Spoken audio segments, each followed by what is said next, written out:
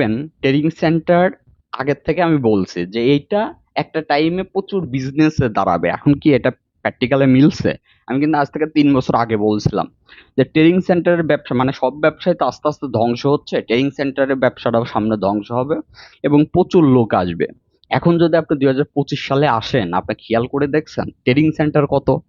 এইগুলা কি 1 বছর আগেও আপনার লক্ষ্য করে দেখেন এত ছিল? তো এইগুলো আগে বুঝবেন। দিন শেষে হচ্ছে সবাই ব্যবসা। প্রথমে যেটা করে ভালো একটা নাটক করে এবং ভালো সাজার চেষ্টা করে। যখন ভালো সাজার চেষ্টা করে তখন যেটা করে সেটা হচ্ছে বিভিন্ন গ্রুপ বলেন বিভিন্ন জায়গায় সে পজিটিভ মানে সাধারণ টেকনিশিয়ান নিয়ে ভাবতেছে কাজ করতেছে এটা বোঝায়। তারপরে যেটা করে সেটা হচ্ছে তার মুখের ভাষাগুলা এতটা মিষ্টি থাকে এবং আহ, সে মনে করেন যে আরেকটা ট্রেডিং সেন্টারের যে কোনো একটা প্রবলেম পাইলেই মনে করেন যে সে এইটা বোঝাইতে যায় আসলে আহ, সে হচ্ছে স্রোতের বিপরীতে হাঁটতেছে। কিন্তু একটা টাইমে দেখবেন এই যে যে ফ্রি হেল্প বলেন অথবা বিভিন্ন গ্রুপিং বলেন, একটা টাইমে দেখবেন কি এই মানুষটাই আবার যে কোনো ভাবে একটা ট্রেডিং সেন্টার দিছে অথবা এবং প্র্যাকটিক্যালে পাইছেনও এবং অথবা ট্রেডিং সেন্টারের সাথে যুক্ত। তো আপনারে এখন ওই মানুষটা আবার যখন মনে করেন যে আপনার কাছে নেগেটিভ হয় তখন তারে আবার নেগেটিভ বানায় ফেলেন, কিন্তু একটা টাইমে কিন্তু আপনি তারে উপরে তুলছেন। এখন এটা তো তার প্রথম থেকেই সে ওইভাবে আগাইছে। এখন আপনাকে অতিরিক্ত আশাই করতে বলে কে? আপনাকে অতিরিক্ত তাকে তুলতেই বলে কে? নাবাইতেই বলে কে? কাজ শিখবো, আমার কোনটা শেখা লাগবে, আগে এইটা ভাববে। খুবই ইজি।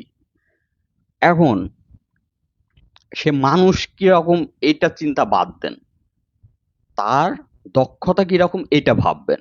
এখন আসুন আপনার কোনটা দরকার, আপনার বেসিক জানেন না, তাহলে যেটা করবেন কোন জায়গায় গেলে আমাকে অনেক টাইম দিতে পারবে, ভালো টাইম দিতে পারবে এটা ফোকাস রাখবেন।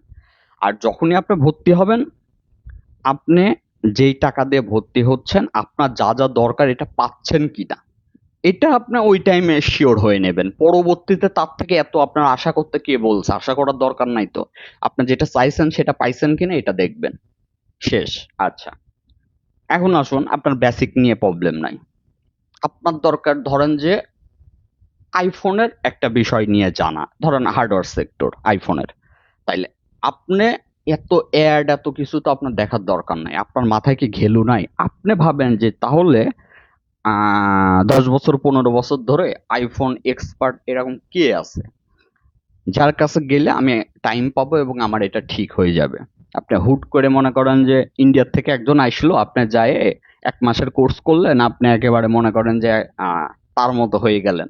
বিষয়টা কি তাই? আগে এটা আগে ভাববেন। এখন আসলে সাধারণ টেকনিশিয়ানদের এর আগেও অনেক কথা বলছি, কিন্তু এই টেকনিশিয়ানদের নিয়ে কোনো কিছু বলতে আর ইচ্ছা করে না এবং লং টাইম বলিও না। বলতে ইচ্ছা না করার মেন কারণ এরা ভালোর ভালো খারাপের খারাপ, আর এরা নিজের ভালোর থেকেও অন্যেরটা বেশি বোঝে। সেটার মেন আমি কিছু কারণ বলি। সাপোজ মনে করেন যে আপনার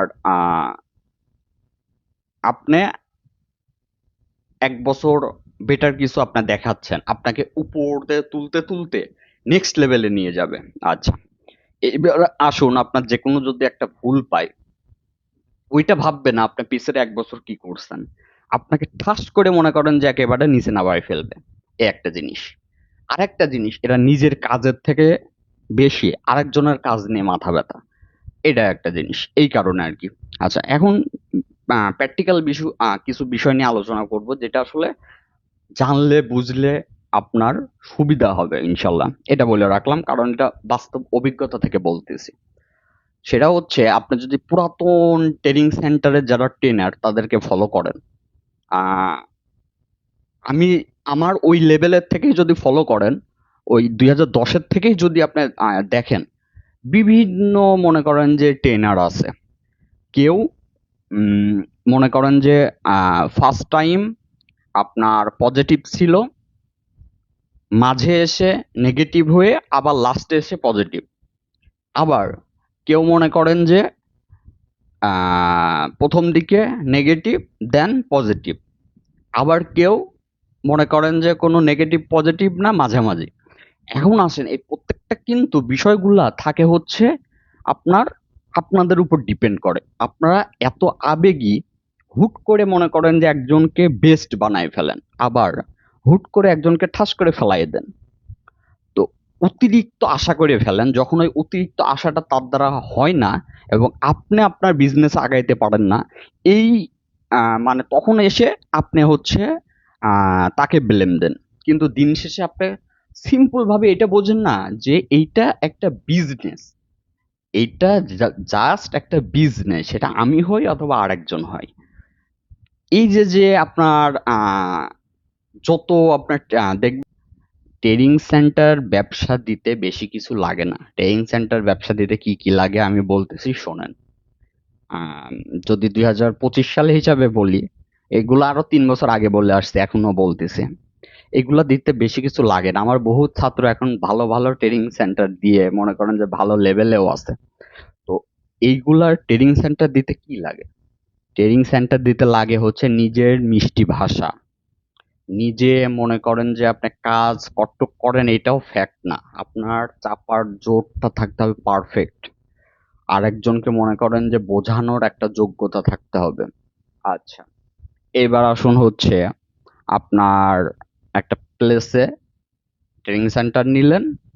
এখন আসুন আপনার বিভিন্ন গ্রুপিং করে, তারপরে এখন বিভিন্ন ইউটিউবার আছে, ফেসবুক বুস্ট আছে, এইগুলার মাধ্যমে মনে করেন যে আপনার প্রথম ব্যাচে কিছু ছাত্র আইনে আপনি ভিডিও করে ছাড়িয়ে দিলেন, তারপর থেকে মোটামুটি ছাত্র পাবেন।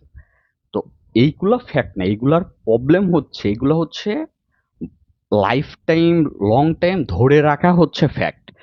আর আপনি সে সে তার মতো সে বিজনেস করুক, সে কোন বিজনেস করছে এটা ফ্যাক্ট না, সে ট্রেনিং সেন্টার দিতেই পারে।